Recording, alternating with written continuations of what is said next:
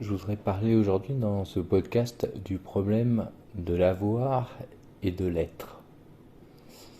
Alors c'est assez particulier puisqu'on aborde ça dans le domaine religieux, mais ça a une importance capitale puisqu'en fait c'est abordé par Jésus au moment où il chasse les vendeurs du temple. Il y a une opposition radicale quand il se met en colère. C'est le seul endroit, je crois, dans l'évangile où il se met en colère. Et donc il prend un fouet et chasse les vendeurs du temple. La particularité, c'est que le temple était le lieu et reste le lieu de l'adoration. L'adoration à Dieu, qui est le premier commandement, nous relie à Dieu dans notre identité.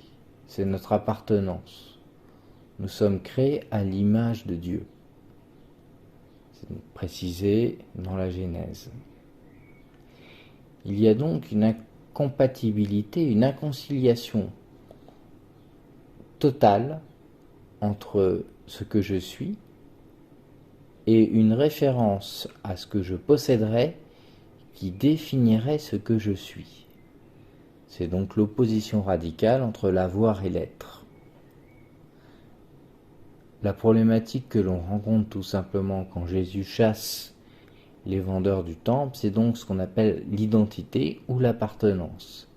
C'est-à-dire que par mon baptême, je deviens fils de Dieu, je suis adopté, fils adoptif certes, puisque le fils de Dieu c'est Jésus, mais c'est totalement inconciliable et c'est pour ça qu'il ira jusqu'à mourir, c'est-à-dire que ce qu'est la personne est au-delà de ce qu'elle a.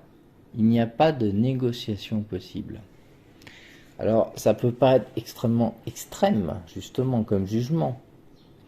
Mais ça va au point que Jésus va être capable et va mourir pour ça, dans son identité de fils de Dieu, pour témoigner de l'amour de Dieu envers les hommes. Il est donc très important de comprendre que l'aspect identitaire, l'aspect d'appartenance est premier. On est du côté donc de l'être et non pas de l'avoir, et donc premier sur l'avoir.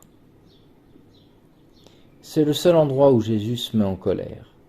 Donc il faut bien comprendre cet absolu de l'appartenance et de l'identité.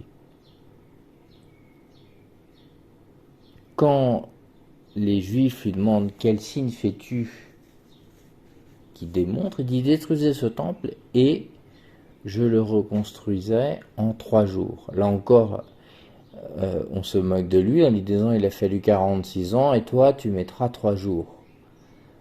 Là encore, c'est pour montrer qu'on n'est pas dans le fait de faire quelque chose, mais du côté de l'être. Sa résurrection est du côté de sa nature même, puisqu'il est fils de Dieu. Mais l'être est inconciliable avec l'avoir. Et c'est très important à comprendre, puisque c'est un problème qu'on retrouve régulièrement et dans divers domaines, y compris d'ailleurs quand on travaille sur des méthodes comme la méthode Vitose, où on apprend à la personne à sentir qui elle est dans une unité entre son mental, son affectivité et son corps. Donc c'est très important, c'est le deuxième moment. Il y a eu le premier moment à Cana où il y a l'humilité des serviteurs qui permet de rentrer justement dans cette écoute parce qu'ils vont faire ce que la Vierge Marie va leur demander.